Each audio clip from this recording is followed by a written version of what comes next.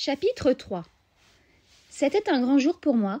Cédant à mes prières, Zira avait accepté de me sortir de l'Institut des hautes études biologiques et de m'emmener faire un tour en ville. Elle ne s'y était décidée qu'après de longues hésitations. Il m'avait fallu du temps pour la convaincre définitivement de mon origine.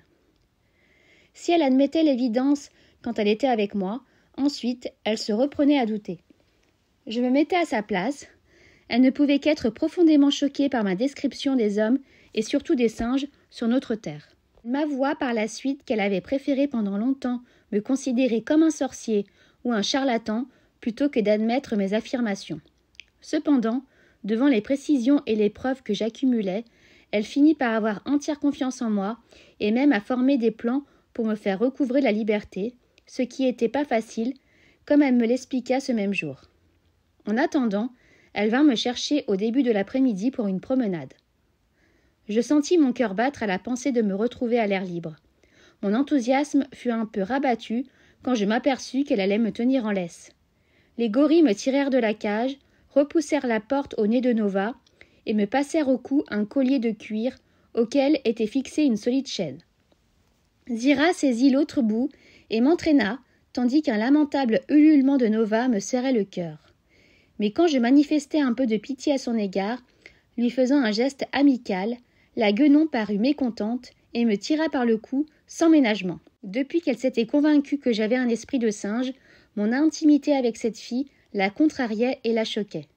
Sa mauvaise humeur disparut quand nous fûmes seuls dans un couloir désert et obscur. « Je suppose, dit-elle en riant, que les hommes de ta terre n'ont pas l'habitude d'être tenus ainsi en laisse et conduits par un singe. » Je l'assurai qu'il n'en était pas coutumier. Elle s'excusa, m'expliquant que si certains hommes apprivoisés pouvaient être promenés dans les rues sans causer de scandale, il était normal que je fusse attachée. Par la suite, si je me montrais vraiment docile, il n'était pas impossible qu'elle pût me sortir sans entrave. Et, oubliant en partie ma vraie condition, comme cela lui arrivait encore souvent, elle me fit 1000 recommandations qui m'humilièrent profondément. Surtout, ne va pas t'aviser de te retourner vers les passants en leur montrant les dents ou de griffer un enfant sans méfiance qui s'approcherait pour te caresser. Je n'ai pas voulu te mettre de muselière, mais... Elle s'arrêta et éclata de rire. « Pardon, pardon, s'écria-t-elle. J'oublie toujours que tu as de l'esprit comme un singe. » Elle me donna une petite tape d'amitié pour se faire pardonner. Sa gaieté dissipa mon humeur naissante, j'aimais l'entendre rire. L'impuissance de Nova à manifester ainsi sa joie me faisait parfois soupirer. Je partageais l'hilarité de la guenon. Dans la pénombre du vestibule, je ne distinguais presque plus ses traits, à peine le bout blanc du museau. Elle avait mis pour sortir un tailleur pimpant et un bonnet d'étudiante qui dissimulait ses oreilles. J'oubliai un instant sa condition simienne et lui pris le bras. Elle trouva mon geste naturel et se laissa faire. Nous fîmes quelques pas ainsi, serrés l'un contre l'autre.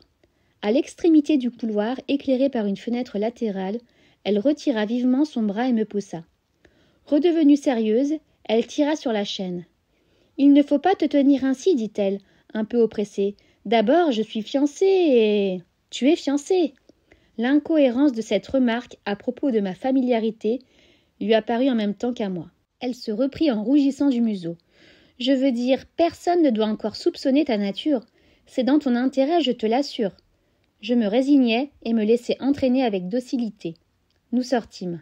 Le concierge de l'Institut, un gros gorille revêtu d'un uniforme, nous laissa passer en m'observant d'un œil curieux après avoir salué Zira. Sur le trottoir, je chancelai un peu, étourdi par le mouvement et ébloui par l'éclat de Bételgeuse après plus de 3 mois d'internement.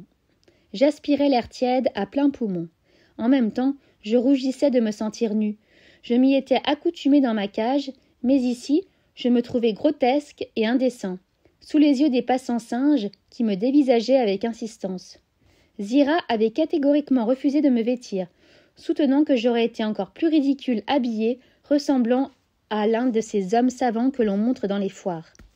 Elle avait sans doute raison. En fait, si les passants se retournaient, c'est bien parce que j'étais un homme et non pas un homme nu, une espèce qui suscitait dans les rues la même sorte de curiosité qu'un chimpanzé dans une cité française. Les adultes passaient leur chemin après avoir ri. Quelques singes s'attroupèrent autour de moi, ravis du spectacle.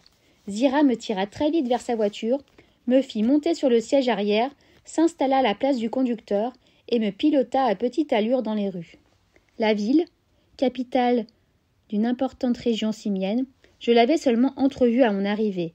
Il fallait bien me résigner maintenant à la voir peuplée de singes piétons, de singes automobilistes, de singes commerçants, de singes affairés et de singes en uniforme préposés au maintien de l'ordre. Ceci admis, elle ne me produisit pas une impression extraordinaire. Les maisons étaient semblables aux nôtres, les rues assez sales comme nos rues, la circulation était moins dense que chez nous.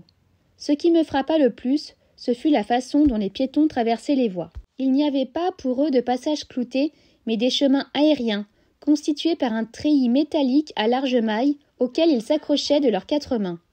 Tous étaient chaussés de gants de cuir souple qui n'empêchaient pas la préhension. Quand elle m'eut bien promenée, de façon à me donner une idée d'ensemble de la ville, Zira arrêta sa voiture devant une haute grille à travers laquelle on distinguait des massifs de fleurs. « Le parc, me dit-elle, nous allons pouvoir marcher un peu. J'aurais voulu te montrer d'autres choses, nos musées par exemple, qui sont remarquables, mais cela n'est pas encore possible. » Je l'assurai que j'étais enchantée de me dégourdir les jambes. « Et puis, ajouta-t-elle, ici nous serons tranquilles. Il n'y a que peu de monde, et il est temps que nous ayons une conversation sérieuse. »